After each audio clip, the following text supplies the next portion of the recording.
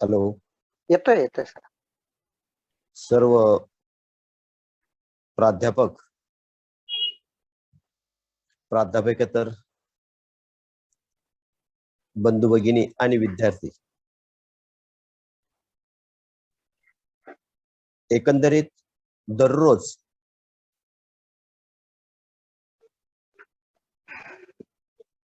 ज्या दिवसापासून आपण प्राध्यापक प्रबोधिनी सुरू केले आहे, व्याख्यान सुरू केले आहे,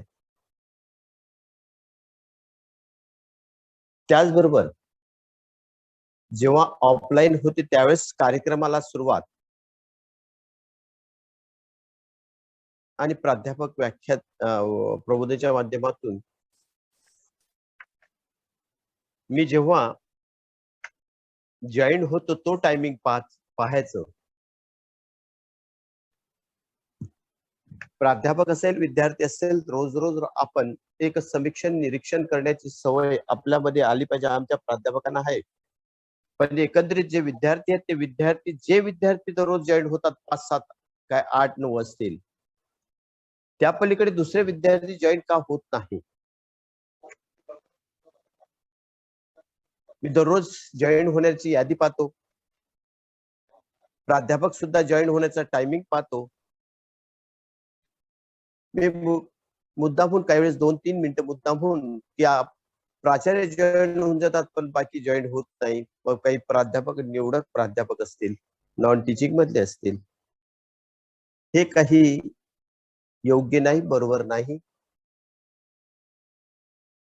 कुठेतरी प्रशासनाचा अपमान, कुठेतरी शिक्षणाचं आपण ज्ञानग्रहण करण्यामध्ये कुठेतरी कमी पडला आहात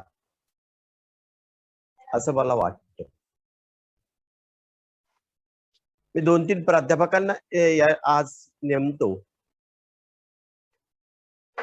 त्याच्यामध्ये वायस मोरे असेल, वायस More 1 number, 2 number Kharat sir आणि 3 नंबर या ठिकाणी मग गवळी सर असेल, जी गवळी, ज्यांचं आज व्याख्यान आहे, या तिघांनी या 5 दिवसाच्या आत सौरभ कोठावदे जो सर्व विद्यार्थ्यांचं 9 वर्गांचं विद्यार्थ्यांचे झाले त्या वर्गांना जॉईन करणार होते, एक स्वतंत्र ग्रुप तयार करणार होते.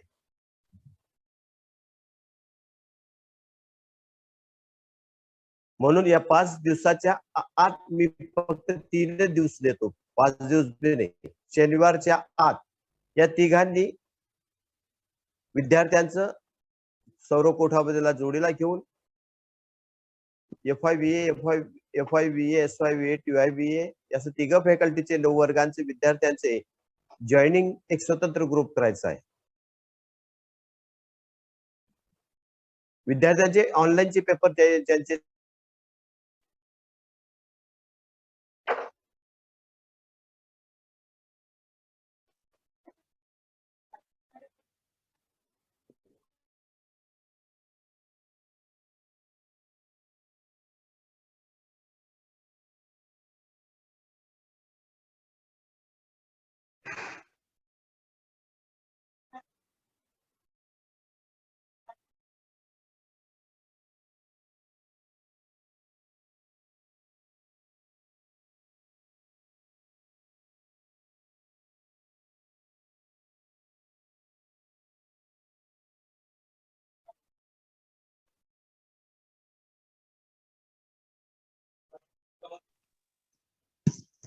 हॅलो सर, आवाज येत नाही. हा सर, का रेंज मध्ये नाही काय?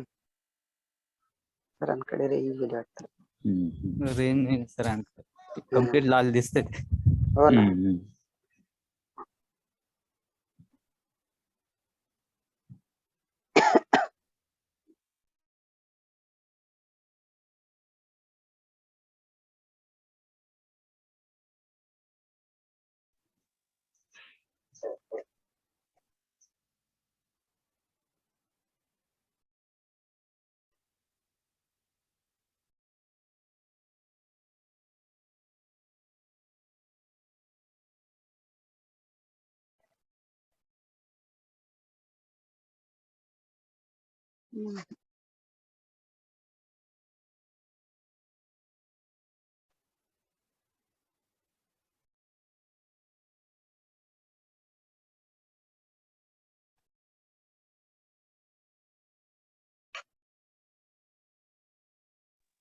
सरांना कॉल करून बघा ना. मोबाईल हा एंगेज आहे माझा. बरं.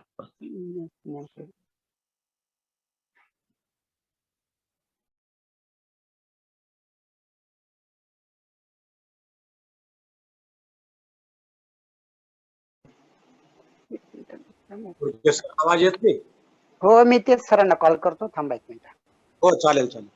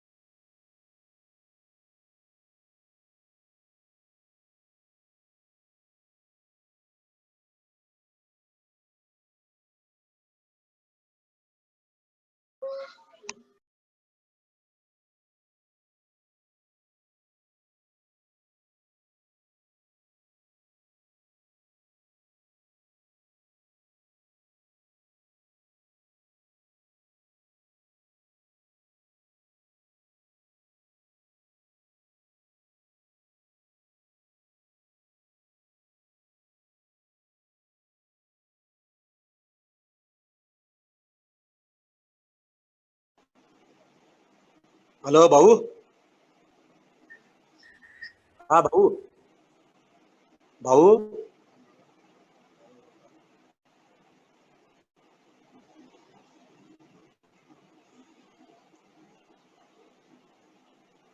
हा, सरांना केला कॉन्टॅक्ट. सर प्रयत्न करताय पण रेंज नाही. हॅलो. हा हा, बोला बोला. सर जॉईन व्हायचा प्रयत्न करताय, हो हो, रेंज नाही. रेंज बरोबर बरोबर. माझा आवाज येतोय ना? हो, स्पष्ट येतो एकदम. हा हा हा. कणकणात येतोय. ना.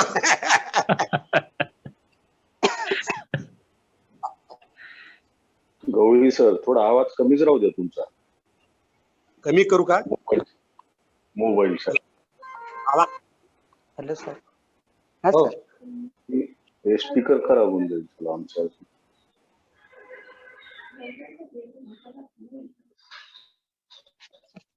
गौड़ी सर, तुमने बरोबर आहे हो.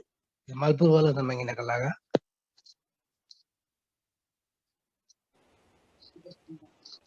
गवळी सर काय काय बोलता घाबरू पूर्ण नका. सर?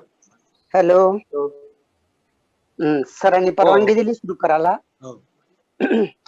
आपल्या हो हो. महाविद्यालयाच्या 21वी विभागाच्या अंतर्गत सुरू असलेल्या या प्राध्यापक प्रबोधिनी अंतर्गत आज आपण हे विचारांचं 9वं पुष्प गुंफणार आहोत. या कार्यक्रमाचे अध्यक्ष आणि महाविद्यालयाचे प्राचार्य माननीय Bapusaheb doctor ST. Sonawane sir. त्याचप्रमाणे हे 9वं पुष्प ज्यांच्या विचारातून गुंफलं जाणार आहे ते आपल्या महाविद्यालयातील मराठी विभागाचे प्राध्यापक माननीय प्राध्यापक एन.जे. गवळी सर. आपणा दोघांचं सुरुवातीला सहर्ष स्वागत करतो.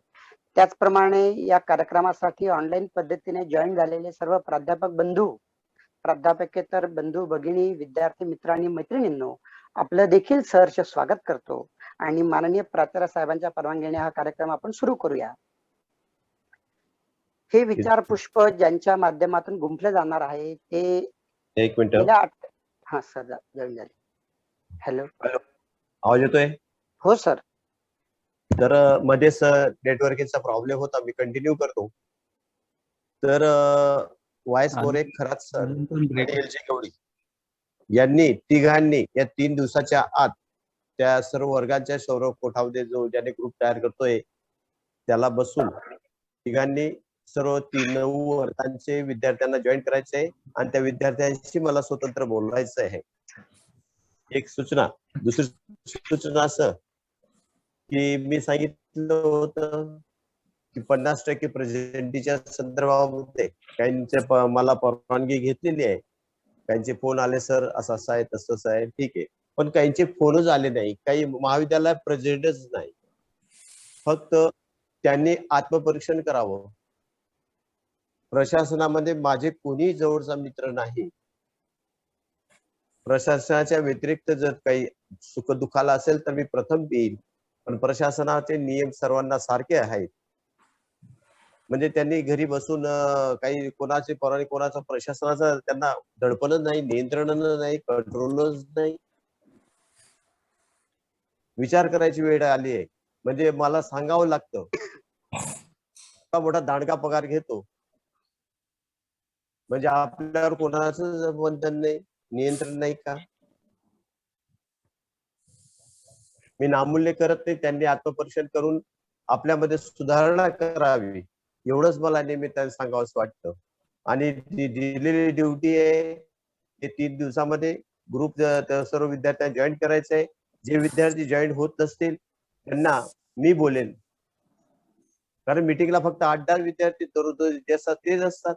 मी फक्त विद्यार्थ्यांचा बुद्ध्यांक वाढावा, प्राध्यापकांचं या माध्यमातून एक कम्युनिकेशन किंवा एक लेक्चरची पद्धत याच्यात वाढवावी, संशोधनाचं एक अंग डेव्हलप व्हावं, आहे तुमच्याजवळ पण अधिक डेव्हलप व्हावं, हा एक उद्देश आहे. मला याची पण कल्पना आहे, मी रिटायर झाल्यानंतर मी जवळून जरी गेलो तर कोणी मला बोलणार नाही, पाहणार नाही, याची मला पूर्ण कल्पना आहे. काही म्हणते की व्हिडिओ बंद आहे सर तुमचा. याची मला पूर्ण कल्पना आहे. जवळून जरी गेलं तर कोणी बोलणार सुद्धा नाही, याची मला पूर्ण कल्पना आहे. त्याशिवाय तुम्ही खुर्चीवर असताना सर्वांना बॉसिंग करत होते, याची मला असे डायलॉग करतील, याची मला पूर्ण कल्पना आहे. मोठमोठे ऑफिसर जेव्हा बेल दाबतात, 3-3 शिपाई पळत येतात, नंतर रिटायर झाल्यानंतर कोणी विचारत नाही. या सर्व गोष्टींची मला कल्पना आहे. पण तुम्ही जोपर्यंत खुर्चीवर आहे त्या खुर्चीला, त्या प्रशासनाला न्याय देण्याचा मी प्रयत्न करेन. प्रत्येकाला मी माझं प्रशासनाच्या माध्यमातून जे बाइंडिंग आहे ते बाइंडिंगच्या माध्यमातून विद्यापीठ, समाज, विद्यार्थी यांना न्याय देण्याच्या तुमच्या माध्यमातून प्रयत्न करेन. हा माझा प्रयत्न आहे आणि शेवटपर्यंत प्रयत्न राहील. काही कुणाशी जर दुश्मनी झाली या प्रशासनाच्या माध्यमातून, काही माझ्या शेतामध्ये पाणी पाडो का नाही पाडो, त्याच्या जवळ किती अधिकार मला दिवशीशी गद्दारी करू नका. बस या निमित्ताने मला एवढंच सांगावंसं वाटतं. धन्यवाद. Okay sir. धन्यवाद प्राचार्य साहेब.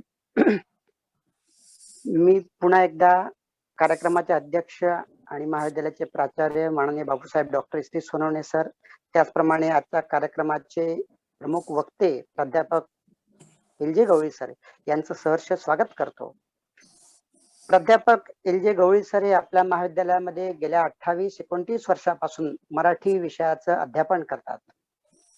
गवळी सरांना लोककला प्रकार, लोकसाहित्य, ग्रामीण साहित्य यामध्ये अधिक रुची आहे. त्यांचे त्या संदर्भातला एक विशेष गावगाडा हा प्रयोग देखील सर्वश्रुत आहे. आणि म्हणून याच विषयाच्या अनुषंगाने प्राध्यापक गवळी सर आपल्याला आज शाहिरी वाङ्मयाची ओळख व शाहीर कलाकारांची सद्यस्थिती या विषयावरती आपलं विचारमंथन प्रस्तुत करणार आहेत. मी माननीय प्राध्यापक गवळी सर यांना विनंती करतो की त्यांनी आपल्या विचार पुष्पाला सुरुवात करावी. गवळी सर.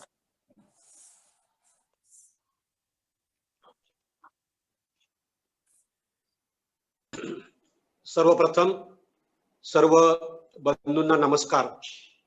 आवाज येतोय भाऊ? हो येतोय येतोय.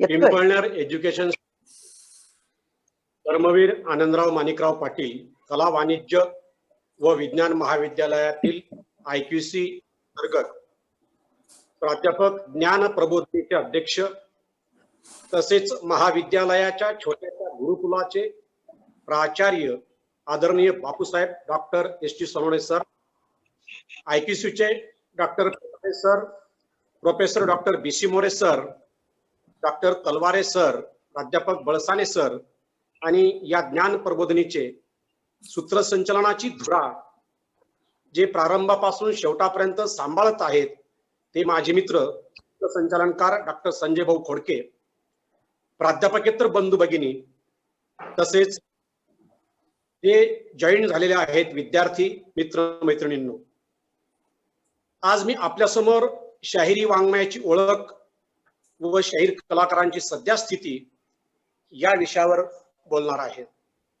तसा TYBA ला एक वाढीव पेपर गेल्या वर्षापासून सुरू झालेला आहे आणि त्या पेपरचं नाव आहे लोकरंगभूमी. लोकरंगभूमी म्हटल्यानंतर त्याच्यामध्ये या रंगभूमीचे ज्या काही पाळमुळं आहेत ती सर्व पाळमुळं त्या पेपरला मात्र जॉईन झालेली आहेत किंवा त्या पेपरमध्ये अभ्यासाला मिळतात. त्यापैकी मी शाहिरी वाङ्मय हा वाङ्मयाचा प्रकार जो आहे तो प्रकार मात्र उचललेला आहे. सुरुवातीला आपण शाहिरी वाङ्मय म्हणजे काय हे थोडक्यात समजून घेऊया. शाहिरी वाङ्मय म्हणजे मुख्यतः पोवाडे, लावण्या आणि लावण्यातच मोडणारी भेदिक कवने, एखाद्या पराक्रम, राज्यकर्त्याचे गुणगान, परचक्र व वा दंगा यासारखे देशावर कोसळलेले संकट, तीर्थक्षेत्राचं वा राजधानीचं वर्णन इत्यादी विषय पोवाड्यांचे होतात किंवा पोवाड्यांमध्ये समाविष्ट होतात. उरला एक शाहिरी वाङ्मयाचा दुसरा प्रकार तो म्हणजे लावणी. मित्रांनो, लावणी म्हटले म्हणजे स्त्री पुरुषांचं सौंदर्य, भावना, विरहावस्था, प्रणय क्रीडा, झगडे, रुसवे, फुगवे, विपुत्रिकेची दुःखे, गरोदर स्त्रीचे डोहाळे, पुराणातील कथा, आध्यात्मिक व व्यावहारिक आध्यात्मिक कथा वा लौकिक जीवन यावरील कोडी, लोककथा इत्यादी लावण्यांचे विषय येतात. आणि या पोवाडा अधिक लावणी या टोटल वाङ्मयाला शाहिरी वाङ्मय किंवा शाहिरी काव्य असं म्हटलं जातं. शाहीर हा शब्द कवी या अर्थाच्या शाईर या मूळ अरबी शब्दावरून आला. संत व पंडित कवी यांचे काव्यविषय आध्यात्मिक वा पौराणिक असून शाहिरांचा रचना हेतू जो होता तो रचना हेतू म्हणजे लोकांचं मनोरंजन करून त्यांच्याकडून द्रव्य संपादन करणे हा हेतू मात्र आपल्याला लक्षामध्ये घ्यावा लागतो. पोवाडे व लावण्या यांच्या अंती बिदागीचा उल्लेख या कारणानेच आलेला दिसतो. बिदागी म्हणजे दक्षिणा. एखाद्या राज्याचं वर्णन एखाद्या शाहिराने जर समजा विस्तृत करून सांगितलं पोवाड्याच्या माध्यमाने तर त्याला मात्र बिदागी दिली जायची. त्यांच्या आध्यात्मिक रचनेचा हेतू आपल्या ज्ञानाने श्रोत्यांना चकित करणे आणि आपल्या प्रतिस्पर्ध्याला निरुत्तर करणे एवढा दिसतो. म्हणून विषय लौकिक आणि रचना हेतू मनोरंजन व द्रव्य संपादन या कारणांनी पोवाडे व लावण्या रचणाऱ्यास कवी म्हणता शाहीर म्हटले असावे असे वाटते. मित्रांनो, TYBA ला एक भारतीय साहित्य विचारामध्ये मम्मट नावाचा एक विचारवंत होऊन गेला. मम्मटाने सर्वसमावेशक साहित्याचं महत्वाचं प्रयोजन, महत्वाचं हेतू हा सांगितला आहे की तो म्हणजे साहित्य वाचनाने, साहित्य लिहिण्याने आनंद वाटतो आणि वाटायला हवा, हे मम्मटाचं मत आहे. आणि या शाहिरी वाङ्मयाला स्पर्श करताना, वाचताना, अभ्यासताना आपल्याला देखील आनंद वाटल्याशिवाय राहत नाही. उपलब्ध शिवकाळातील आहेत आणि लावण्या पेशवाईतील, परंतु ही परंपरा रायांच्याही आधीपासूनची असावी आणि आज मितीपर्यंत ती चालू आहे. 17व्या अध्यायात दानाची जी उदाहरणे दिली आहेत त्यातील एक भाग असा आहे, नगरातल्या चौपाट्यावर संध्याकाळच्या वा रात्रीच्या वेळी गीत भाटिवंची म्हणजे पोवाड्यांचे गायन चालते, त्याला रूप नृत्याची पुरवणी म्हणजे साथ असते. याचा अर्थ असा दिसतो की ज्ञानोबा रायांच्या अतिशय त्या काळापासून सुद्धा नाही का या शाहिरी वाङ्मयाचा स्पर्श झालेला आहे असं लक्षामध्ये येतं. आणि त्यातच नाची डोळे मोडते आणि पुढे होऊन श्रोत्यांच्या कानात कर्णजप करते म्हणजे कुजबुजते. त्यावेळी तिच्या केसातील फुलांचा वास येतो, श्रोत्यांच्या मनातील मोहाचा वेताळ जागा होतो आणि तो आपल्या जवळील धनाच्या तिच्यावर वर्षाव करतो. हे वर्णन तमाशाशी बरचसं मिळतं जुळतं आहे. एकनाथी भागवतात भांडाच्या भंडपुराणाचा उल्लेख आहे. भंड म्हणजे त्यांनी लिहिलेलं जे काही वाङ्मय असेल त्याला भंड किंवा भांडा असा शब्द प्रयोग आहे.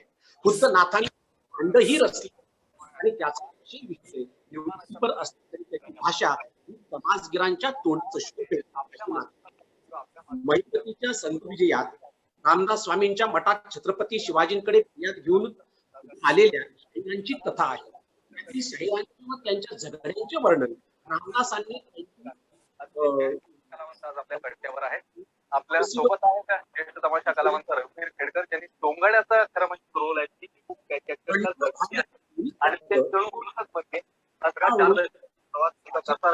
कोणती आव्हानं या सगळ्या प्रवासामध्ये आली, या सगळ्याबद्दल ते आज आपल्याशी गप्पा मारायला खूप खूप स्वागत आपलं. आणि सगळेजण जाणून घ्यायला शेतकऱ्यांना सगळेजण भाऊ म्हणतात, त्यामुळं भाऊ तमाशा ही आपली कोणाचं चालू आहे आहे आणि खूप मोठी परंपरा त्याला आहे. तर तमाशा नेमका हॅलो, डबल आवाज होतोय खोडके सर. हो ना, त्यांच्याकडे काही प्रॉब्लेम वाटतं सर. हॅलो काही प्रॉब्लेम वाटतं, त्यांचं रेंज नाहीये, रेंज. हॅलो हॅलो हॅलो, आवाज येतोय? दोन जण बोलतायत वाटतं. नाही, माझ्याकडून काही प्रॉब्लेम नाही. 2 जण बोलतायत असं बोलतात. हो, मी ते चेक करतोय. कोणतरी मध्ये मध्ये कृपया माईक म्यूट करून घ्या प्रत्येकाने आपले. मी करतो माईक म्यूट बाकीचे. चाललं गवळी सर, आता बंद केले सगळे. लावणीच्या अभ्यासकाला तिच्या ज्या विशेषाचे आकर्षण वाटले त्याला अनुसरून लावणी या संज्ञेची उत्पत्ती शोधण्याचा प्रयत्न झालेला दिसून येतो. लावणी हे लोकगीत असा ज्यांचा समज, त्यांनी लावणी म्हणजे भातांच्या रोपांची लावणी करतेवेळी म्हणाव्याचे गीत, पिकांची लावणी करतेवेळी म्हणाव्याचे गीत अशी उत्पत्ती सुचवली. लावणीत मित्रांनो सौंदर्याचं, विशेषतः स्त्री सौंदर्याचं वर्णन असतं. यावर भर देणाऱ्यांनी लवन म्हणजे सुंदर या शब्दावरून लावणीची व्युत्पत्ती सांगितली. भाषाशास्त्रज्ञांनी संस्कृत, प्राकृत व मराठी या भाषातील ध्वनी परिवर्तन लक्षात घेऊन लपनिका या शब्दावरून लावणी हा शब्द व्युत्पादिला आणि भेदिक लावण्यातील आध्यात्मिक कुटांवर भर देणाऱ्यांनी अंतरला पिका बहिरला पिका या संस्कृत कुट्ट काव्याशी लापनिकेचे नाते जोडून या व्युत्पत्तीचा पुरस्कार केला. पण मित्रांनो, यापैकी कोणालाही आपल्या व्युत्पत्तीला ग्रंथाधार देता आलेला नाही. लावणीची व्युत्पत्ती ग्रंथाच्या आधाराने शोधायची असली तर संगीत शास्त्रावरील प्राचीन ग्रंथाकडे वळावे लागेल. मध्ययुगीन भारतात, विशेषतः दक्षिण भारतात नाट्य, नृत्य, गीत यांचे मार्ग व देशी असे 2 ठळक भेद मानले जातात. मार्ग म्हणजे ब्रह्मदेवाने सांगितलेली, नटराज शंकराने योजलेली आणि नाट्याचार्य भरताने पुरस्कारिलेली अभिजात कला, आणि देशी म्हणजे निरनिराळ्या प्रदेशात परंपरेने चालत आलेली लोककला. शहाजी राजांच्या दरबारातील वेद नावाच्या पंडिताने संगीत मकरंद नावाच्या ग्रंथात देशी नृत्याचे लावण, भित्र, नेत्र, जारुमन, तुल्ल, वेटक तुल्ल, चुल्लक, पस्तर, वक्र, हुल्ल, व्हैल्यू आणि कट्टन असे 12 प्रकार सांगितले आहेत. त्यातील लावण तमाशातील नाचाशी जुळती आहेत. वेदाचे वडील दामोदर यांनी संगीत दर्पण या ग्रंथात याच लावण नृत्याचा निर्देश लावणी या नावाने केला आहे. 15व्या शतकातील वेमभूपाल या ग्रंथकाराने संगीत चिंतामणी या ग्रंथात याच नृत्याचा लावणी असा निर्देश करून त्याच्या साथीने जे गीत गायले जात असे त्याला लक्षणेने लावणी हे नाव पडले असावे. लावणी ही नृत्याच्या साथीनेच बहुधा गायली जाते आणि लावणीची एकंदर बांधणी ही नृत्याच्या ढंगाने झालेली आढळून येते. लावणीच्या पद्मावर्तनी वा भृंगावर्तनी जाती, छंद, तिची पालू पदात्मक रचना, तिच्यातील खटका, तिचा जो काही नृत्याचा व नाट्याचा अनुकूल असा आशय इत्यादी तिचे विशेष पाहिले असता ही व्युत्पत्ती सहजच पडते. मित्रांनो, लावणी या संज्ञेचा अर्थ कालांतराने विस्तृत झालेला दिसतो. आता त्यात पोवाडे वगळून रागदारीत गायली जाणारी बैठकीची लावणी, भेदिक लावणी, भेदिक म्हणजे रहस्यमय, जी आकलनाला अतिशय अवघड असते तिला भेदिक लावणी असं म्हणतात. कलगीतुऱ्याचे झगडे अशा सर्वच रचनांचा अंतर्भाव होतो. बैठकीच्या लावण्यावरून लावणी हा गायनाचा विशिष्ट ढंग म्हणूनही मानला जाऊ लागला. या ढंगात नाटकातील व कीर्तनातील पदेही गायली जातात. भेदिक लावणी ही बाह्यता लौकिक लावणी सारखी असून तिचा आशय मात्र आध्यात्मिक असतो. त्यास भेद असे नाव आहे. उदाहरणार्थ सिद्धराम लहिरीच्या विड्याचा भेद या लावणीत असे शब्दप्रयोग वापरलेले आहेत. त्या शब्दप्रयोगावरून तुमच्या असं लक्षामध्ये येईल, 17वीचे पान चित्त चेतनाचा चुना म्हणजे चित्त आणि चेतन याचा चुना, सात्विकाचा कात, सात्विक म्हणजे भाव, भावाचा कात, भावाचा वेलदोडा, वेलदोडा कसला तर भावाचा वेलदोडा इत्यादी प्रमाणे आध्यात्मिक संज्ञांवर विड्याच्या घटकांची रूपके करून तो विडा प्रियकराला दिला आहे. ही भेदक लावण्यांची परंपरा फार जुनी असावी असे लक्षामध्ये येते. मित्रांनो, आता आपण काही जे काही शाहीर आहेत या शाहिरांची ओळख करून घेऊया. लावणी म्हणजे काय किंवा शाहिरी म्हणजे काय आपण पाहिलं. आता शाहीर नामदेव माळी यांचं गाव सांगली जिल्ह्यातील आळसन. त्यांना लहानपणापासून गाण्याचा नाद होता.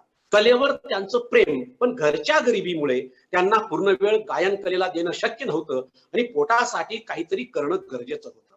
मग नामदेव माळींनी काय केलं तर ते नोकरी सोडून मुंबईला गेले आणि तिथं मात्र नोकरी धरली. आणि त्याच दरम्यान संयुक्त महाराष्ट्राची चळवळ सुरू झाली. क्रांतिसिंह नाना पाटील यांची भाषणे आणि लोकशाहीर अण्णाभाऊ साठे, अमर शेख यांचे पोवाडे ऐकून शाहीर माळी यांच्यातील कार्यकर्ता कलाकार मात्र जागा झाला. आणि मूळचेच लढवय्ये असणारे हे शाहीर या चळवळीपासून कसे दूर राहतील ते या चळवळीमध्ये उतरले आणि चळवळीचे एक सैनिक कलाकार बनले. त्यांनी त्यांच्याकडे असलेल्या कलेच्या माध्यमाने चळवळीला योगदान द्यायचं ठरवलं. मग त्यांनी शाहिरांचे पोवाडे पाठ केले आणि एका पथक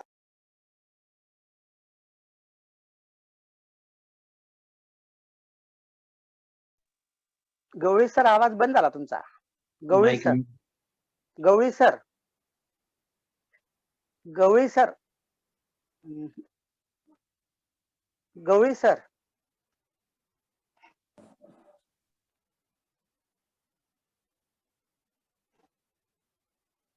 गवळी सर. असायचा. त्या काळात राजवटीला आव्हान देणारे हे गीत त्यांनी अनेक गावागावात जाऊन गायलं आणि संयुक्त महाराष्ट्राच्या लढ्यात आपल्या पोवाड्यांनी लोकांना लढाईला प्रवृत्त केलं. म्हणजे शाहिरी वाङ्मय काय करतं तर लोकांना चेतवण्याचं काम करतं, चांगल्या कामासाठी उद्दीप्त करण्याचं काम करतं.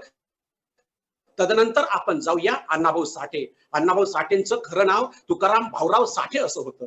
त्यांचा कालखंड मित्रांनो 1 ऑगस्ट 1920 ते 18 जुलै 1969. अण्णाभाऊ साठे म्हणून ओळखले जाणारे एक मराठी समाज सुधारक, लोककवी आणि लेखक एका मातंग समाजामध्ये जन्मलेले, पण त्यांचं लेखन सामाजिक आणि राजकीय दृष्ट्या कृतिशीलतेवर आधारलेलं होतं. साठे मार्क्सवादी, आंबेडकरवादी विचारांचे होते. सुरुवातीला त्यांच्यावर साम्यवादाचा प्रभाव होता, पण ते नंतर आंबेडकरवादी झाले. अण्णाभाऊ साठे यांचं साहित्य हे परिवर्तनाला दिशा व चालना देणारं ठरलं. महाराष्ट्राच्या एकूणच जडणघडणीत आणि परिवर्तनात या साहित्याने उपेक्षितांच्या अंतरंगाचा वेध घेण्याचा प्रयत्न केला. उपजत बुद्धिवादी म्हणून त्यांच्या साहित्याचा मागोवा आपणास घेता येतो. आजही मोठ्या संख्येने विद्यार्थी व अभ्यासक त्यांच्या या साहित्याचा संशोधनात्मक अभ्यास करताना दिसतात. संयुक्त महाराष्ट्राची चळवळ लोकमानसात रुजविण्याचं महत्वपूर्ण काम शाहीर अण्णाभाऊ साठे, शाहीर अमर शेख, शाहीर दन गव्हाणकर यांनी केले. मुंबई, मराठवाडा, विदर्भ, कोकण, पश्चिम महाराष्ट्र यांच्यासह सीमा प्रदेशातील विविध भागातील हजारो ठिकाणी शाहिरांनी आपल्या लाल बावटा कला पथकाचे कार्यक्रम सादर केले आणि त्यामुळे लोक प्रेरित झाले. अण्णाभाऊ साठेंचा जन्म 1 ऑगस्ट 1920 रोजी सांगली जिल्ह्यातील वाळवा तालुक्यातील वाटेगाव या गावी झालेला होता. त्यांच्या वडिलांचं नाव भाऊराव साठे आणि आईचं नाव वालुबाई साठे होतं. साठे केवळ 1.5 दिवस शाळेमध्ये गेले. मग तुम्हाला प्रश्न असा पडला असेल की नंतर का नाही गेले, तर मित्रांनो झालं काय, नंतर तेथील सवर्णांद्वारे होणाऱ्या भेदभावामुळे त्यांनी शाळा सोडून दिली आणि ते शाहिरी वाङ्मय जन्माला घालू लागले. त्यांनी 2 लग्न केली. त्यांची पहिली पत्नी कोंडाबाई साठे तर दुसरी जयवंता साठे या त्यांना 2 पत्न्या लाभल्या. त्यांना एकूण 3 अपत्ये होती. एकाचं नाव होतं मधुकर, दुसऱ्याचं नाव होतं शांता आणि शकुंतला. साठे पहिल्यांदा कॉम्रेड श्रीपाद अमृत डांगे यांच्या कम्युनिस्ट विचारसरणीने प्रभावित झाले. 1944 मध्ये दत्ता गव्हाणकर आणि अमर शेख या शाहिरांच्या सोबत त्यांनी लाल बावटा कला पथक स्थापन केलं आणि याद्वारे त्यांनी अनेक सरकारी निर्णयांना आव्हान दिलं. 1940च्या दशकामध्ये कार्यरत राहिले आणि तेवी या अब्राम्स यांच्यानुसार भारतातील साम्यवादाच्या आधी स्वातंत्र्याच्या नंतरची 1950च्या दशकातील सर्वात रोमांचकीय नाटकीय घटना होती. भारतीय स्वातंत्र्यानंतर उच्चवर्णीयांचे भारतावरील शासन त्यांना मान्य नव्हते, म्हणून त्यांनी ऑगस्ट 1947 रोजी मुंबई येथे 20,000 लोकांचा मोर्चा काढला आणि या मोर्चातील घोषणा होती, ये आजादी झूठी है, देश की जनता भूकी है. इंडियन पीपल्स थिएटर असोसिएशन मध्ये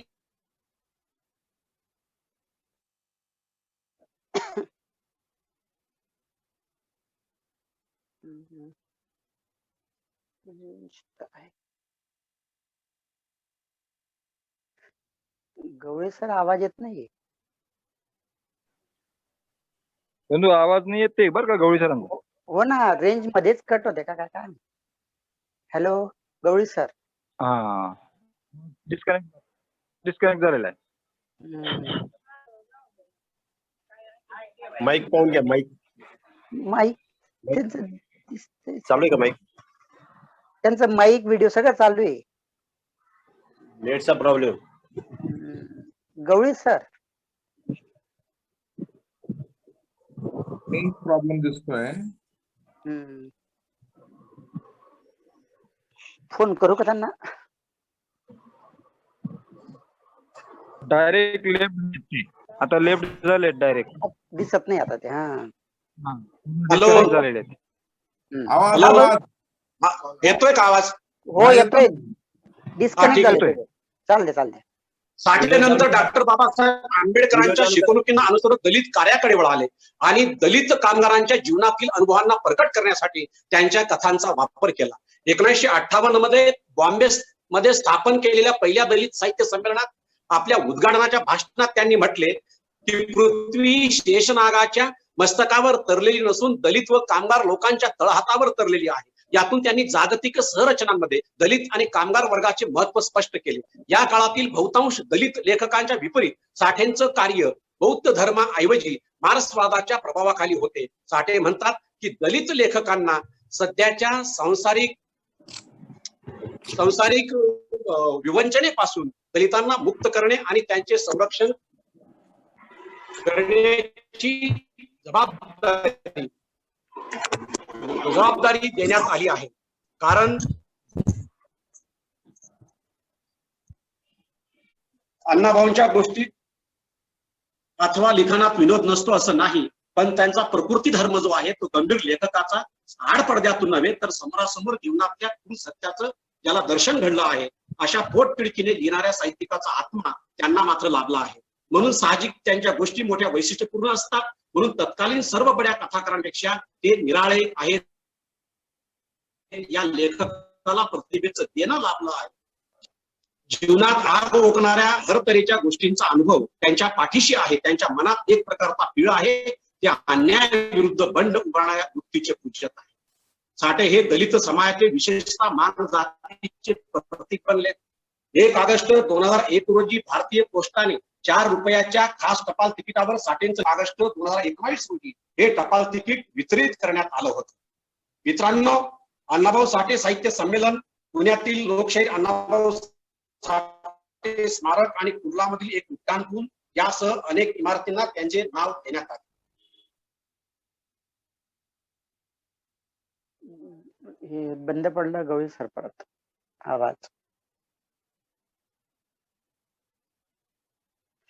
आवाज गेला गवळी सर. येतोय का आता? हा येतोय. पुण्यातील लोकशाहीर अण्णाभाऊ साठे स्मारक आणि कुर्लामधील एक उड्डाणपूल यासह अनेक इमारतींना त्यांचं नाव देण्यात आलं. अण्णाभाऊ साठे साहित्य संमेलन, साहित्यरत्न लोकशाहीर अण्णाभाऊ साठे विकास महामंडळ या त्यांच्या नावाच्या आस्थापना आहेत. साठे यांनी मराठी भाषेमध्ये 35 कादंबऱ्या लिहिल्या. त्यामध्ये फकीरा 1959, जिला इसवी सन 1961 मध्ये राज्य सरकारचा उत्कृष्ट कादंबरीचा पुरस्कार मिळाला.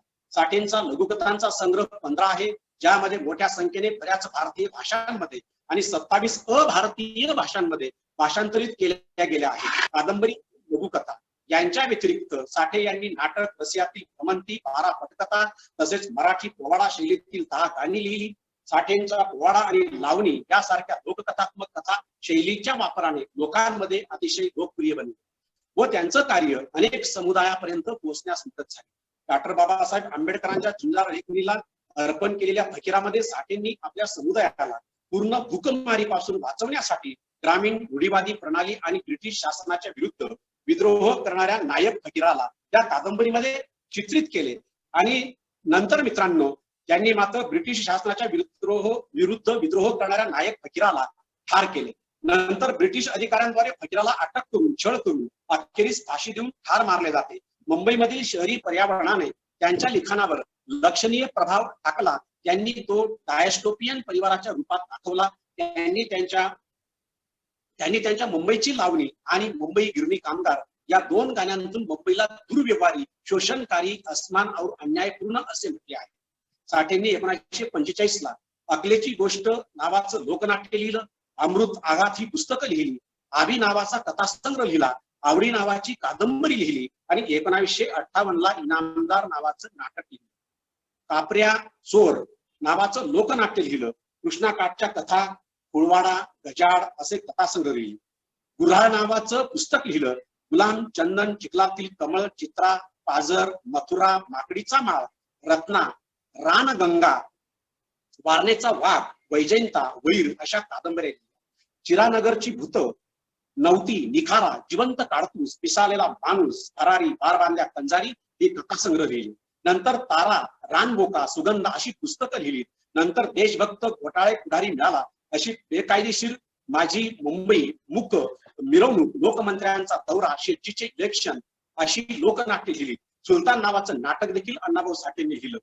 अण्णाभाऊ साठेंनी कविता आणि माझा रशियाचा प्रवास या नावाचं प्रवास वर्णन लिहिलं. साठेंच्या लेखनावर जवळजवळ 7 चित्रपट निघालेत.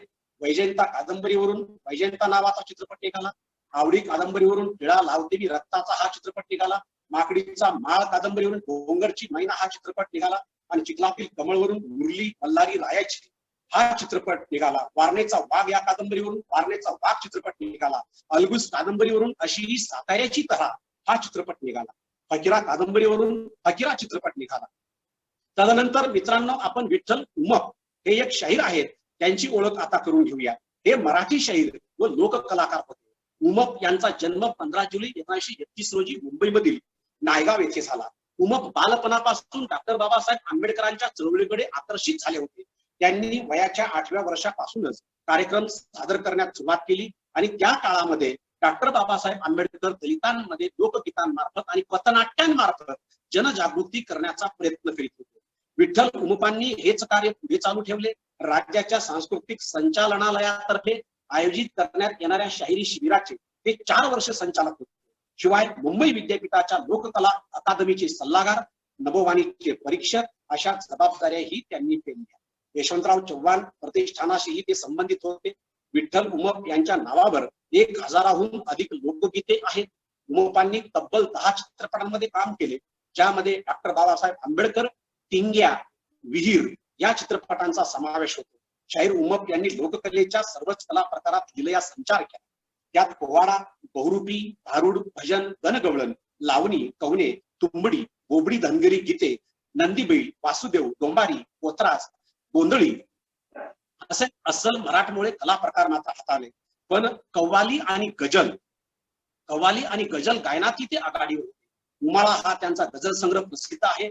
आयर्लंड येथे झालेल्या आंतरराष्ट्रीय लोकनृत्य स्पर्धेत त्यांनी भारताचे प्रतिनिधित्व करून देशाला प्रथम क्रमांकाचे पारितोषिकही मिळवून दिले. त्यांनी सतत आपल्या गाण्यांमधून सामाजिक संदेश देण्याचा प्रयत्न केला. अबक दुबक तिबक अरे संसार संसार, खंडोबाचं लगीन, जांभूळ, आख्यान, तार उघड बया तार उघड, विठ्ठल रखुमाई ही त्यांची अविस्मरणीय नाटकं मात्र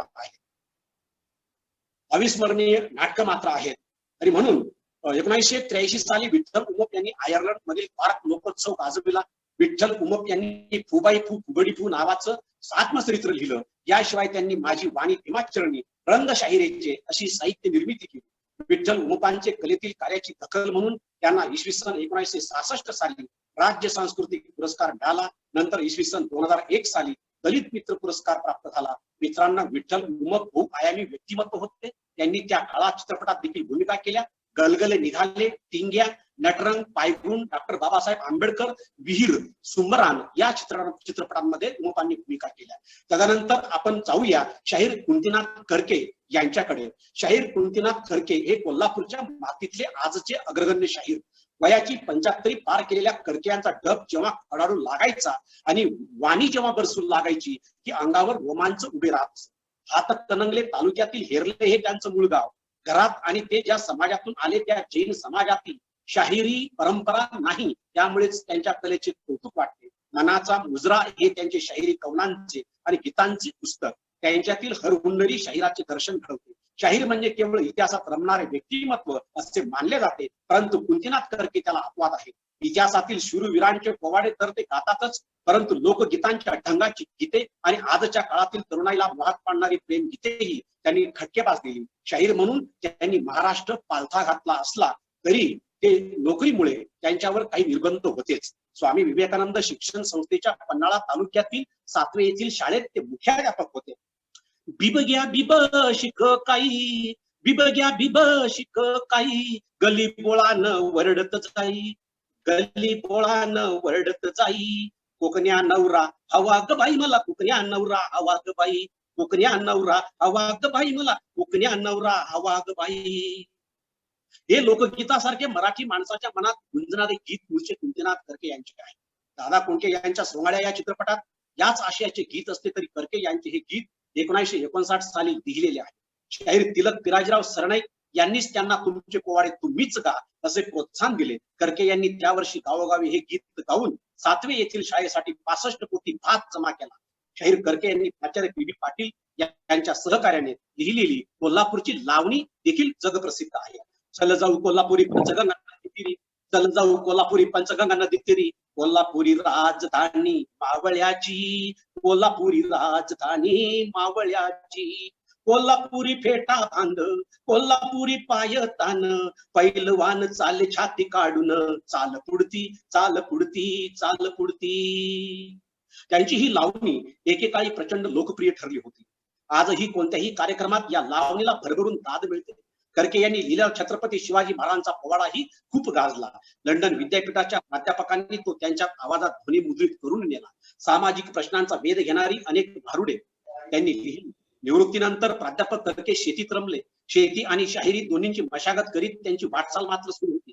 भारतात भाग्यवंत देश कोणता, देश महाराष्ट्र पुण्यशील भारता या कर्के यांनी लिहिलेल्या महाराष्ट्र गीताने कोल्हापूरला झालेल्या अखिल भारतीय मराठी साहित्य संमेलनातील कवी संमेलनामध्ये चैतन्य आणले. कोल्हापूरच्या जगदंबेनं एक भाकरी, कोल्हापूरच्या जगदंबेनं दिली एक भाकरी, दिली एक भाकरीनी खाऊनी आलो मी जेजुरी, खाऊनी आलो मी जेजुरी.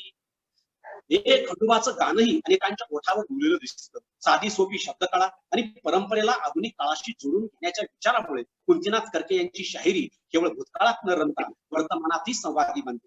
पोवाड्याबरोबरच गोंधळ गीते, ओव्या, भारुड, लोकगीते, सवाल जबाब असे विविध प्रकारची गाणी त्यांनी लिहिली. एवढेच नाही तर अलीकडच्या काळातील काही चित्रपटांसाठी शृंगार गीतेही त्यांनी लिहिली. यावरून त्यांच्या बहुमुखी प्रतिभेची कल्पना येते. ही कोण गड्या यक्षिणी तुग वक्षिणी थाट दक्षिणी निर्यांचा घोळ, ही कोण गड्या यक्षिणी तुग वक्षिणी थाट दक्षिणी निर्यांचा घोळ, अंधारात गळे मकरंद काल गुलकंद नयन द्वय धुंद करा कुणी बोल. अशी शाहीर राम जोशींची आठवण करून देणारी शृंगारिक लावणी कर्के यांच्या देखणीतून साकारते. आणि दारी पिंगळा बोलला यासारखे गीत लिहून ते ग्राम संस्कृतीचे दर्शन देखील करतात.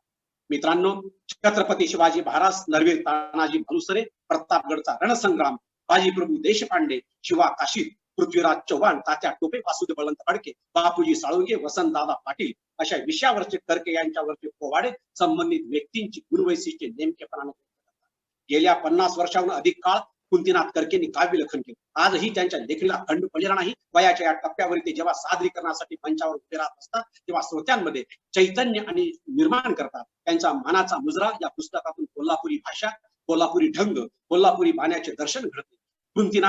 कुंतीनाथ कर्के यांचे शिक्षण क्षेत्रातील आणि शाहिरी कलेतील वक्तृत्व जे ते फार वक्तृत्व आणि कर्तृत्व हे फार मोठे आहे.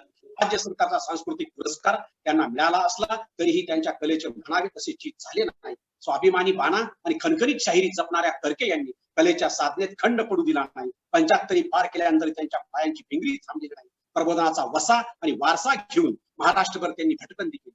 तदनंतर ख्यातनाम मराठी लोकशाहीर अमर शेख याच्याकडे आपण जाऊया. यांचं मूळ नाव मेहबूब हुसेन पटेल. त्यांच्या आईचे नाव मुनेरेबी. बार्शी येथील गरीब मुसलमान कुटुंबात जन्मलेल्या या मुलाला विलक्षण पल्लेदार पहाडी आवाजाची निसर्गदत्त देणगी तसेच मराठी लोकगीतांचा समृद्ध वारसा आईकडून लाभला होता. गरिबीमुळे कधी बस चालकाबरोबर किन्नर म्हणून तर कधी गिरणी कामगार म्हणून त्यांना काम करावे लागले. गिरणी संपात पुढाकार घेतल्यामुळे त्यांना विसापूरच्या तुरुंगातही जावे लागले. तेथे भेटलेल्या कॉम्रेड रघुनाथ राडकर यांच्या प्रभावामुळे ते कनिष्ठ झाले. पोलिसांचा ससेमिरा चुकत ते कोल्हापूरला आले व मास्टर विनायकांच्या स्टुडिओत काम करू लागले. येथेच त्यांच्या मित्रांनी अमरशेख असे नामकरण केले आणि राष्ट्रीय चळवळीत ते 1930-32च्या सुमारास सामील झाले. पुढे ज्योती म्हणजे पूर्वाश्रमीच्या कुसुम शामराव जयकर यांच्याशी त्यांचा विवाह झाला. स्वतः एक श्रमिक म्हणून सर्वसामान्यांच्या उत्थानाचे स्वप्न ज्यांनी पाहिलं, आपल्या रचना रसाळपणे बुलंद आवाजात गात त्यांनी महाराष्ट्र चळवळीचा यशस्वी प्रचार केला. स्वरचित आणि इतरांची कवने ते प्रभावीपणे पेश करीत गोवा मुक्ती आंदोलनात त्यांनी मोठे योगदान दिले. चीनी व पाकिस्तानी आक्रमणांच्या वेळी आपल्या शाहिरीने त्यांनी लाखो रुपयांचा निधी देशासाठी गोळा केला. उपेक्षित समाजाच्या उद्धारासाठी वाणी लेखणीचा यत्न त्यांनी मांडला. त्यांच्या शाहिरीत लावणी, पोवाडे, गीते, लोकनाट्ये इत्यादींचा समावेश होता.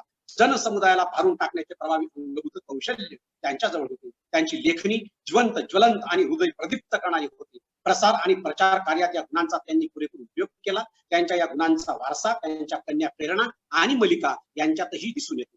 कवितेची अंतर्लय व रचना यमक प्रस्तुत करण्याची अमर शेख यांची प्रवृत्ती होती. रौद्र रसाचा आविष्कारी त्यांच्या काही कवनातून त्यांनी घडविला. त्यांच्या रचना प्रासंगिक असल्या तरी त्यात विचार भावनांचे थरारते चैतन्य जाणवते. ते नुसतेच मनस्वी कवी नव्हते, तर जनस्वी लोकशाहीर होते. त्यांची कविता जनतेच्या ओठावर रुजली, फुलली आणि ती लोकगंगेने जागवली. प्रल्हाद केशव अत्रे, मवी राजाध्यक्ष यांनी मुक्तकंठाने या शाहिरांचा गौरव केला आहे. अत्रे त्यांना महाराष्ट्राचा मायको वस्की म्हणत. त्यांना सर्वात प्रिय असलेली पदवी होती लोकशाहीर, कारण आपले सारे आयुष्यच त्यांनी जनता जनार्दनाला अर्पण केले होते. कविता हा या लोकशाहीराचा प्राण होता आणि सामान्य माणसाचे उत्थान हा त्यांच्या आत्म्याचा आवाज होता. कलश धरती माता हे अमर शेखांचे काव्यसंग्रह, अमरगीत हा गीतसंग्रह आणि पहिला बळी हे अमर शेखांचे नाटक त्यांनी रचलेल्या पोवाड्यात छत्रपती शिवाजी महाराज, होळकर आणि उधमसिंग यांच्या पोवाड्यांचा समावेश आहे. युगदीप, वक्त की आवाज या मासिकांचं त्यांनी संपादन केलं. प्रपंच आणि महात्मा ज्योतिबा फुले या चित्रपटातून, झगडा या नाटकातून त्यांनी प्रभावी आणि ढंगदार भूमिका केल्या. आयुष्याच्या अखेरच्या टप्प्यात साम्यवादी पक्षाशी झालेल्या मतभेदांच्या फळात सापडल्याने अमर शेखांनी तो पक्ष सोडला. लोककलांचे जतन, संवर्धन, संशोधन व्हावे, तसेच शाहिरी व लोककलेचा वारसा वृद्धिंगत व्हावा या उद्देशाने मुंबई विद्यापीठात त्यांच्या सन्मानार्थ शाहीर अमर शेख अध्ययन सुरू करण्यात आले आहे. तदनंतर श्रीधर कृष्णाजी कुलकर्णी यांच्याकडे आपण जाऊया. त्यांना रेठरेकर असं देखील म्हणत. त्यांचा जन्म 11 नोव्हेंबर 1868 रोजी हरणाक्ष रेठरे, तालुका वाळवा, जिल्हा सांगली येथे झाला. लहानपणापासूनच श्रीधरला तमाशाचा नाद होता. आई वडिलांनी श्रीधरला शाळेत घातले. शाळातील शिक्षणासोबतच श्रीधरला कविता करण्याचा छंद लागला व त्याचा गळा ही गाता राहिला. ग्रामीण भागात गायल्या जाणाऱ्या जात्यावरच्या ओव्या ऐकून त्यांनी त्यातही बदल केले. त्यांनी श्रीधरची गाणी अशी लोकप्रियता मिळवली. श्रीधरच्या शिक्षकांनी शिफारस करून त्याचे नाव औंध सरकारांना कळविले आणि त्याची दखल घेऊन औंधच्या राजांनी श्रीधरला आपल्याकडे बोलावून घेतले. श्रीधरचे पुढील शिक्षण औंध येथे झाले. पुढे त्यांच्या 16व्या वर्षी राणी साहेबांनी श्रीधरला बडोद्यास नेले. तेथे श्रीधर संस्कृत भाषा शिकले आणि त्याबरोबरच त्याने कला व यंत्रदुरुस्तीचे शिक्षणही घेतले व नोकरीही केली. दुर्दैवाने श्रीधर अवघ्या 17 वर्ष वयाचा असताना त्याचे आई वडील निर्वतले. शेवटी बडोद्याची नोकरी सोडून श्रीधर मात्र परत आला. मित्रांनो, गावी घरासमोर असलेल्या वाड्यातच तमाशाचा फड चालायचा. अनायसे कानावर तमाशाचे सूर्य, पण ब्राह्मण आणि कुलकर्णी पद त्यामुळे रात्री पटकन उठून तमाशाला जाऊन श्रीधर बसायचे. श्रीधर रात्री पटकन उठून तमाशाला जाऊन धाडस करून बसायचे आणि म्हणून मनातली आवड त्यांना गप्प बसू देईना. बापू चोरून तमाशाला जाऊ लागले. तमाशगिरांना त्यांनी अनेक लावण्या घेऊन दिल्या. तमाशात बापूरावांच्या लावण्या आणि कवने गायली जाऊ लागली. ते असं म्हणतात लावणीमध्ये, श्रेष्ठ वर्ण मी ब्राह्मण असूनी सोवळे ठेवले घालुनी घडी. श्रेष्ठ वर्ण मी ब्राह्मण असूनी सोवळे ठेवले घालुनी घडी. मशाल धरली हाती तमाशाची लाज लावली देशोधडी. मशाल धरली हाती तमाशाची लाज लावली देशोधडी. या जिद्दीने कुबेराला लाजवेल असे वैभव तमाशाच्या जोरावर पायाशी लोळवीन हा संकल्प करूनच बापूराव घराबाहेर पडले. गावोगावी तमाशाचे फड उभे राहू लागले. बापूरावांचे स्वतःचे असं काव्य, योग्य साथ, संगत, पहाडी आवाज आणि लावणीतील सुंदराने तमाशा बदलला. त्यातून श्रीधरची वाहवा मात्र होत होती. पठ्ठे बापूराव म्हणून ते प्रसिद्धीला आले. 2 लक्ष आम्ही केली लावणी, केवढी म्हणावी बातबडी असा स्वतःचा काव्यलेखनाचा निर्देश करणारा हा शाहीर मुंबईत आला. बड्याच्या चाळीत मात्र राहू लागला. तिथेही तमाशाच्या फडात जाऊन त्यांना लावण्या रचून देण्याचे काम या बापूरावांनी केले आणि याच काळात त्यांना नामा धुळवडकरांच्या फडात पवळा नावाची एक स्त्री भेटली आणि तिला काही जण मस्तानी, तिची उपमा मस्तानी म्हणून उपमा द्यायचे. ती आधीच नामचंद पळवा म्हणून प्रसिद्ध होती आणि बापूरावांची काव्य प्रतिभा पळवाच्या सानिध्यात भरली. बापूरावांचं काव्य आणि पवळाबाईच्या गोड गळ्याने व ठसकेबाज नृत्याने ते रसिकांच्या समोर लावणी सादर केली. बापूराव आणि पवळा यांची कीर्ती महाराष्ट्राच्या कानाकोपऱ्यात पसरली. पवळा हिवरगावकर, रंगभूमीवरील पहिली महिला नृत्यांगना पवळा हिवरगावकर या अजूनही उपेक्षितच आहेत. नामा धुलवाडकर यांच्या तमाशात पळवा पहिल्यांदा नाचल्या. पळवासारखी रूपांतर तर त्याच्या अगोदर मी प्रश्न निर्माण करतो तुम्हाला की लावणी व आता लावणी, आता तमाशामध्ये सुद्धा लावणी टाकली जाते, लावणी मांडली जाते किंवा लावणी प्रेझेंट केली जाते. आणि नृत्यांगनाची लावणी, या दोघांमध्ये काय फरक आहे? हॅलो, आवाज येतोय का? हा, बोला. आवाज येतोय का गोविंद सर? हो आवाज येतोय का? हो हो हा, तमाशातली ती नृत्यांगनाची लावणी प्रेझेंट करते आणि काही जे तमाशगीर असतात ते लावणी, आता लावणीला सुरुवात होईल असा पण मी सुद्धा तमाशे लहानपणी खूप पाहायचो. लावणीला सुरुवात होणार, चला लवकर, लावणीला सुरुवात होणार, चला लवकर. मग ही नृत्यांगनाची लावणी आणि त्या कलाकारांची लावणी याच्यामध्ये काय फरक असतो? दोघी आलं लक्षात? लावण्यासारखी. हॅलो हॅलो दोन्ही लावण्या कशा सारख्या? हॅलो, आवाज येतोय का? हो लावणी आता बघा, ते सुरेखा पुणेकर ही लावणी प्रेझेंट करते. आता लावणीचा एक टीव्हीला स्वतंत्र कार्यक्रम होता मागे, ती लावणी आणि एक विशिष्ट त्या तमाशाचा, त्या दिवसाच्या, त्या रात्रीचा एक लावणी, एक विशिष्ट पद्धतीने जे आपण मानतो. एखादी कथा असेल, त्या कथेमध्ये लावणीच्या रूपाने ते पुरुष जे असतात ते तिथं सादर करत असतात. या दोघांमध्ये काय फरक आहे मला जे वाटतं ते विचारतो तुम्हाला. जे आता तुम्ही लावणीच्या या संदर्भामध्ये, शाहीरच्या संदर्भामध्ये, पण या जाऊ द्या त्याच्या पण शाहीर आणि लावणी, शाहिरांची प्रबोधनात्मक लावणी असते. शाहिरांची लावणी ही प्रबोधनात्मक असते आणि सुरेखा पुणेकर प्रबोधनात्मक इत्यादी असते. जे कलाकार लोक आहेत यांची जी लावणी असते शृंगारिक असते. शृंगारिक असते. सुरेखा पुणेकर, मग लावणीच हा शब्द मग लावणीच हा शब्द बदल नको होता का? दोघांमध्ये जर आशय बदल असेल तर तो अर्थ बदलायला पाहिजे ना, शब्द बदलायला पाहिजे का? दोघांचा एक अर्थ वेगळा आहे, सारांश वेगळा आहे. ही शृंगारिक, ही प्रबोधनात्मक. मग आता शाहीर हे प्रबोधनात्मक, लावणी ही शृंगारिक. मग तमाशामध्ये सुद्धा मी ते लावणी अगोदर सुद्धा विचारलं, त्या लावणी म्हणजे त्याच्यावर तुम्हाला असा अभ्यास करायचा आहे.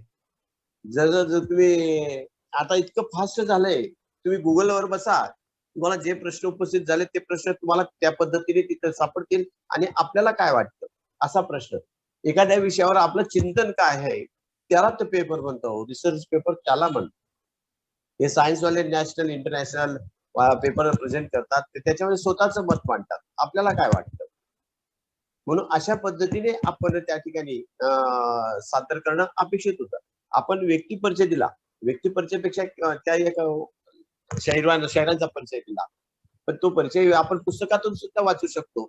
पण तुम्हाला काय वाटतं त्याचे पेपर आपण प्रेझेंट करणं महत्वाचं.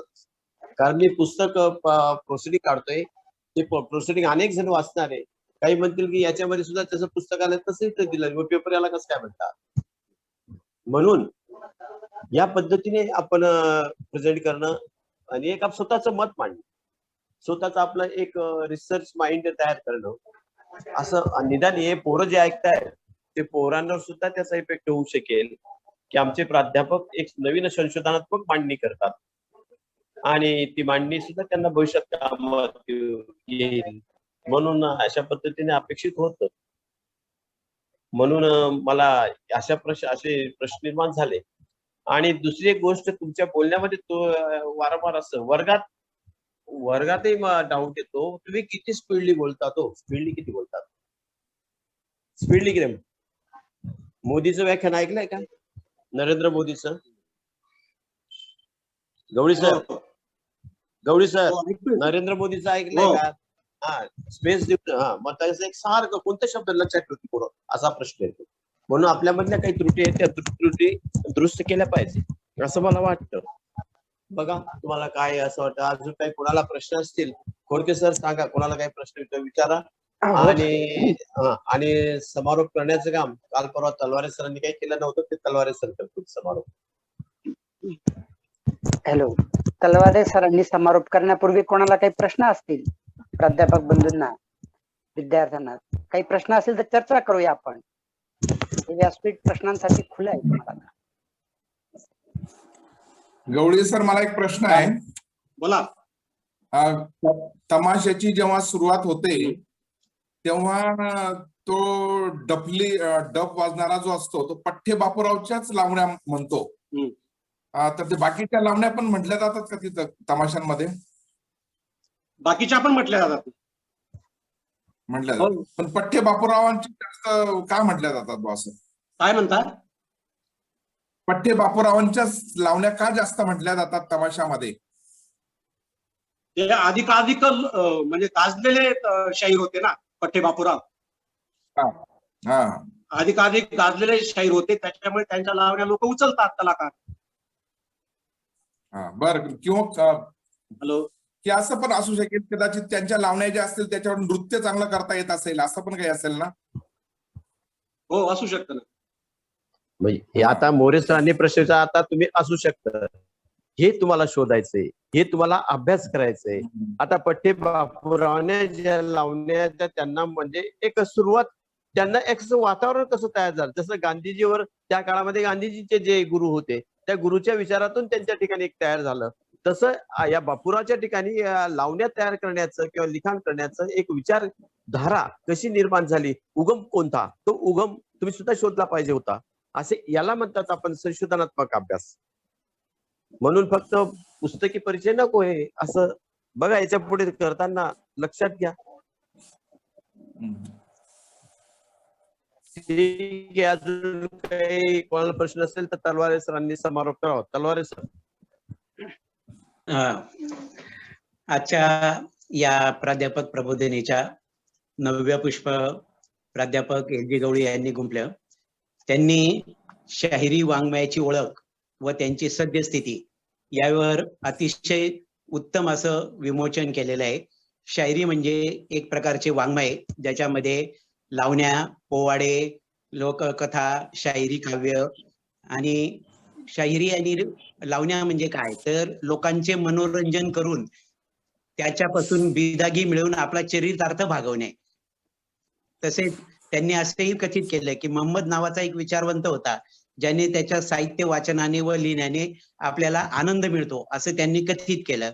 संत ज्ञानोबाच्या काळातही शायरी होती असेही त्यांनी विदित केले. लावणी, लोकगीत, भात्यांची रोपणी लावणी यावरनं तो शब्द आलेला असावा. लवण म्हणजे सुंदर असंही त्यांनी त्याच्यात विमोचन केलं. शहाजी राजाच्या राज्यामध्ये 12 प्रकारच्या लावण्यांचं त्यांनी उद्बोधन केलं. ते खूपच स्पीडली बोलत होते, त्याच्यामुळे थोडस गोंधळही झाला माझा. ठीक आहे. तर लावणी, बैठकीची लावणी, भेदक लावणी म्हणजे रहस्यमय लावणी, लौकिक लावणी यांचाही त्यांनी उहापोह केला. शाहीर, वेगवेगळ्या शाहिरांचा त्यांनी परिचय करून दिला. त्याच्यामध्ये शाहीर नामदेव माळी, अण्णाभाऊ साठे, नंतर त्यांनी असंही कथित केलंय की ज्या वेळेला अण्णाभाऊ साठेंनी आंदोलन केलं त्यावेळेला त्यांनी असं विदित केलं की पृथ्वी ही शेषनागाच्या नागावर आधारित नसून ती दलित व कामगार लोकांच्या कार्यावर तरलेली आहे असं देखील त्यांनी उद्घोषित केलं. त्या पद्धतीने त्यांनी उमग विठ्ठल, नंतर शाहीर कडके, हुसेन पटेल, नंतर बापूराव कुलकर्णी, श्रीधर बापूराव कुलकर्णी यांचाही परिचय करून दिला. याच्यामध्ये कुलकर्णी यांनी आपलं जानवं बाजूला ठेवून लावण्यांचा कसा वाढवा दिला आणि म्हणून त्यांना पठ्ठे बापूराव ही प्रसिद्धी पदवी मिळाली आणि आजही पठ्ठे बापूरावची लावणी गायली जाते. असे विविध प्रकारचे शाहीर आणि लावणी प्रकार त्यांनी सांगितले. खूपच उत्तम प्रकारे त्यांनी उद्बोधन केलं. आजच्या युगामध्ये देखील शाहिरी आणि लावणी हे प्रकार लोकांना आवडतात, या असे त्यांनी उद्बोधित केलेले आहे. असे मी थोडक्यात त्यांचं जे व्याख्यान दिलं त्याच्यात थोडक्यात समालोचन केलंय. संयोजकांनी मला त्यांचं समालोचन करण्याची संधी दिली त्याबद्दल मी त्यांचा आभारी आहे. धन्यवाद. खोडके सर. हो सर, धन्यवाद सर. माननीय प्राध्यापक LG गवळी सर यांनी आज आपल्याला वेगवेगळ्या शाहिरांची ओळख, म्हणजे अगदी त्यांनी सुरुवातीला नामदेव माळींपासून शाहीर उमप, त्याच्यानंतर मग पठ्ठे बापूराव यांच्यापर्यंत ते घेऊन आले आणि त्यामध्ये वेगळ्या वेगळ्या प्रकारचे तमाशा कलावंत, लावणी, आपल्याकडे तमाशा किंवा लावणी पाहणे याच्याकडे वेगळ्या दृष्टिकोनातून पाहतो आपण. पण रामदास फुटाणे असं म्हणतात की हा देश तमाशानेही बिघडला नाही आणि कीर्तनानेही सुधारलेला नाही. असे या सगळ्या कला प्रकार आहे. पण महाराष्ट्र हा कलावंतांचा आणि कलाकुसरीचा राष्ट्र आहे. त्यांची कला जतन करणारा, कलेची वाहवा करणारा देश आहे. अशा प्रकारचं सगळं मनोगत आपण आपल्या व्याख्यानातून प्रस्तुत केलं. त्याबद्दल संयोजन समितीच्या वतीने प्राध्यापक गवळी सर यांचे आभार व्यक्त करतो. त्याचप्रमाणे या कार्यक्रमासाठी माननीय प्राचार्य महोदय यांनी अध्यक्षस्थान स्वीकारलं. त्यांनी देखील या चर्चेमध्ये विविध प्रश्न उपस्थित केले. त्याबद्दल त्यांचे देखील आभार व्यक्त करतो. माननीय प्राध्यापक डॉक्टर पी तलवारे सर यांनी गवळी सरांच्या विवेचनावरती समालोचन केलं, त्यांचा सारांश सांगितला. त्याबद्दल त्यांचेही आभार व्यक्त करतो. सर्व प्राध्यापक, प्राध्यापकेतर कर्मचारी, बंधू भगिनी, विद्यार्थी, विद्यार्थिनी या कार्यक्रमात जॉईन होते, त्यांचे देखील आभार व्यक्त करतो. आणि माननीय प्राचार्य साहेबांच्या परवानगीने आपण ही सभा संपन्न झाली असं जाहीर करतो. ठीक आहे. करू सर बंद. हो हो हो.